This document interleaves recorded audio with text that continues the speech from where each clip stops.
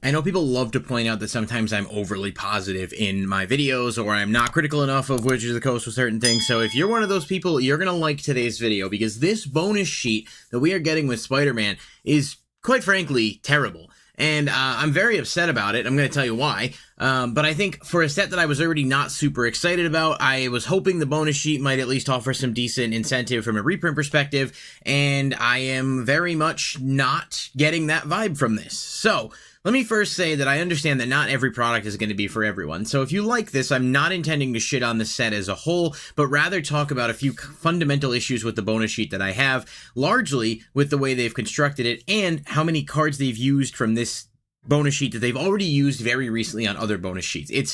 It's a really shitty way to go about doing things, in my opinion, and I'm going to explain to you guys what I mean. So, if you're not familiar, the new Spider-Man set spoilers have been going on. I have not been able yet to make a full breakdown of some of the new cards, but that is coming, probably in the form of a lot of shorts, talking about some cards individually. I think there are some things to really like about the set, but it also feels very disjointed and not as coherently designed as even some other Universes Beyond products that we've seen. So we'll talk about that a little bit more, but stay tuned if you guys are, not subscribed. You want to subscribe so you can check that video out when it comes out. Now, this bonus sheet is basically similar to Final Fantasy's Through the Ages bonus sheet, so it'll be in play boosters and collector boosters. I believe in play boosters, it's like 1 in 8 packs you can get one. I don't know if that number is exactly correct, but I know it's certainly not easy. I think Final Fantasy was like 1 in 5, so you would get about 4 per box, give or take. This may be a little bit less. Every card on the bonus sheet is a mythic, which I guess is good because there's no, you're not just going to pull, worthless commons, but everything being a mythic means pretty much the good cards are going to be money and the bad cards are going to be not. I know that's sort of an obvious statement, but it's just essentially the rarity is irrelevant here when it comes to, the actual construction of the set, but they're certainly, rare in terms of how frequently you'll see them. I know they are more common in collector boosters. I'm not sure if you're guaranteed to get one in collector boosters. I think that might be the case, but I don't want to say that for certain. I'm sure the product page breakdown has that. I just don't have it off the top of my head. But basically, they're going to be very infrequent in play boosters and easier to get in collector boosters, but not, super accessible. And so these are all reprints similar to what they did with Final Fantasy, which I'm fine with. I like the idea of a bonus sheet. I like the idea of reprinting cards with new art and stuff, because it does kind of appease people who don't like Universes Beyond. At least oh, okay, you don't have to play this version of Ponder. There's 5 other 1,000 versions of Ponder you could play. The problem is this bonus sheet here has such bad reprints, with a small exception, or cards that are worth next to nothing. So instead of me just repeating myself over, let's just look at a couple quick examples. Counterspell. Everyone's familiar with Counterspell. One of the most printed cards ever, obviously one of the best cards ever printed, etc. Just got a reprint in Final Fantasy bonus sheet, so it's not like we haven't gotten a bonus sheet version of this before. There are so many other blue counterspells that could have been put in the slot. Mana Drain, even if they don't want to do Mana Drain. I mean, I was talking about this yesterday with some friends, Flusterstorm, another really good card that's a $7, so it's not crazy, but they could have put this in there. They could have put a billion other things in that slot, but instead they give us another reprint that we just got. You want to see something else? Okay, Unexpected Windfall, just got a Secret Lair print, was also in Fallout, and is $1. So it's another card in here at Mythic Rarity, and it's not going to be, there will be some premium on some of these because they have the comic cover variants and whatnot, but if we're talking about reprint equity and whether or not it's worth it to chase after these, they're just being really, really lazy with the way they're going about it, in my opinion. Leyline Binding is another one that's a solid card, but it was just reprinted in the Outlaws bonus sheet last year, and it's 60 cents.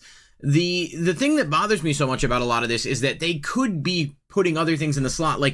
I think, and I've seen a lot of people say that most likely because they know Spider-Man's going to sell because of what it is, they can just basically take the half-assed approach to this bonus sheet, throw whatever in there, and it doesn't matter because people are going to buy it anyway. And if that's the case, fair play to them, I guess, but I don't like it as a consumer, and I don't like it as a player. I think it's a really shitty practice, to be honest, because I think you're intentionally not doing something good. Mystic Confluence, another card that is 75 cents. It was in Commander Masters, so admittedly it's been a little while since it got reprinted, but there was no demand for this card. You're telling me there's not a blue card that's in the $5 to $6 range they couldn't have put in the slot instead to make it a little bit more worthwhile to want to chase after some of these? Feed the Swarm is another one, a good card. Just got a Secret Lair print recently, and it's going to be in Avatar, which we know.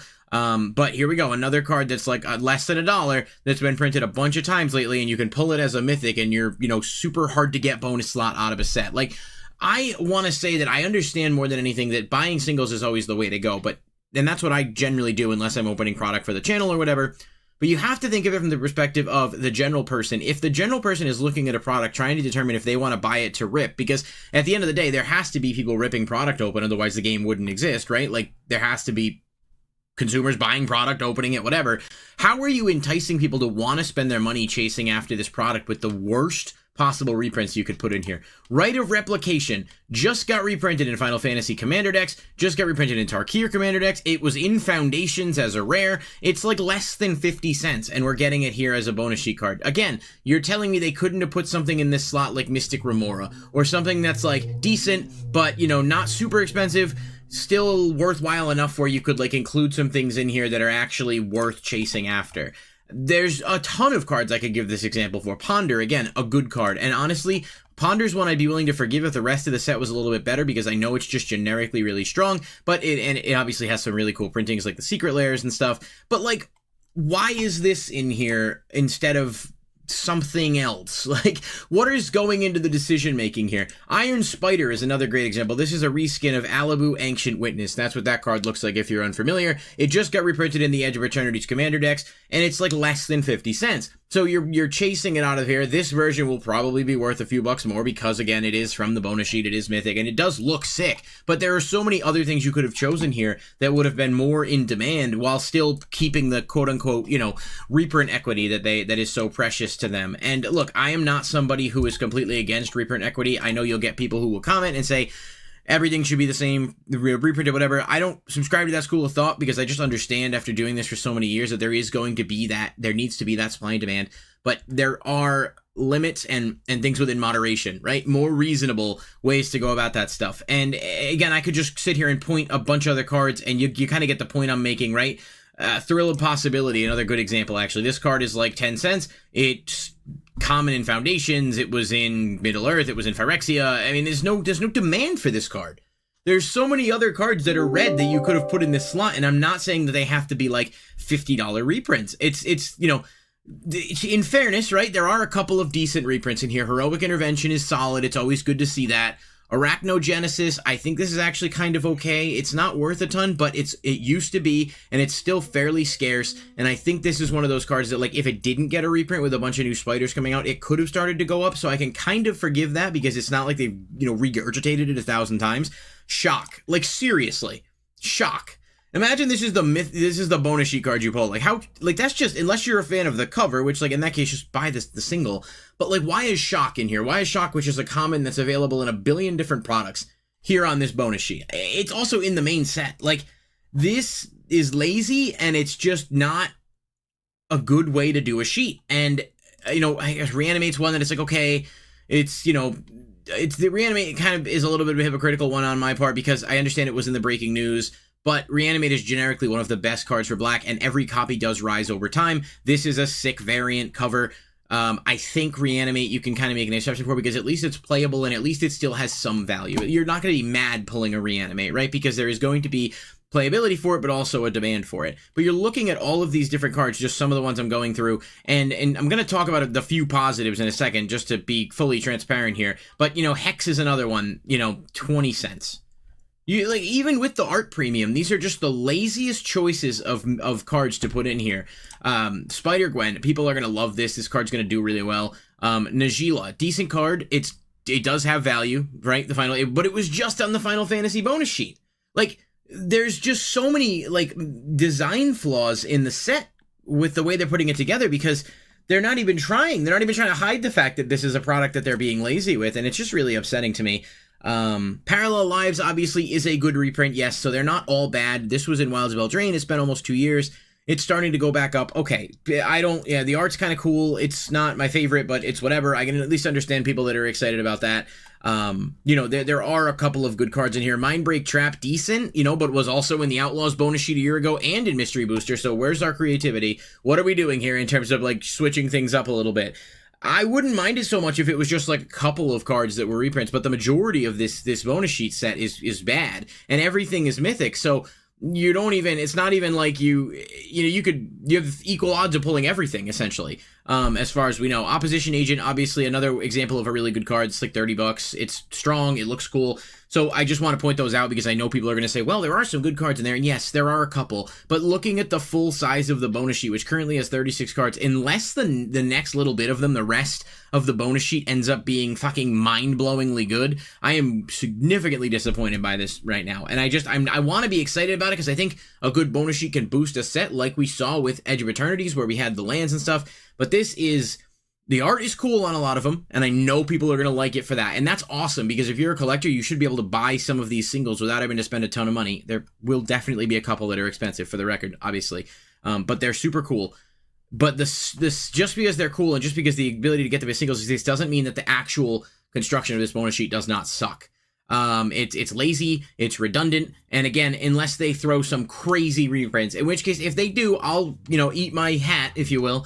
But so far, just completely poor design on this bonus sheet, even with the few decent cards that are there. And I just think it's lazy, and I think it's greedy, because I think they're picking stuff that they can just, well, whatever, it's got Spider-Man on it here. We don't have to reprint, Teferi's Protection or this or that, whatever. Like, we'll just reprint, this. We'll give them the same slop we've already given them. We'll make it look pretty, and then we'll sell it again, and then we can sell it later in a set. So if you guys have been watching my videos, you know that I am very much a person who tries to look at the positives and everything. There are obviously a few positives for this, and that's largely the art, but I think as a whole, this bonus sheet is not good. It is just a bad overall design, and I hope it's not a trend. I don't need to see the same, 20 cards reprinted every bonus sheet. Give us something different, even if it's not a $100 card. Give us something to at least make it exciting, or at least, keep things different, because as it stands right now, half of this stuff, was either in Final Fantasy or Outlaws or Eldraine, and it's just not good. I'm sorry. I like the art. It's cool, but objectively speaking, it is kind of a bad bonus sheet, especially with the cards that they chose. So that's my 2 cents on it. I'm sure some people will disagree. Let me know in the comment section down below what you think. Am I being too harsh on it? Like I said, there are a few gems, but largely just lazy and kind of cheap on their part to throw so many garbage cards in this slot for something that's supposed to be a chase. I don't know. I'll catch you guys in the next video.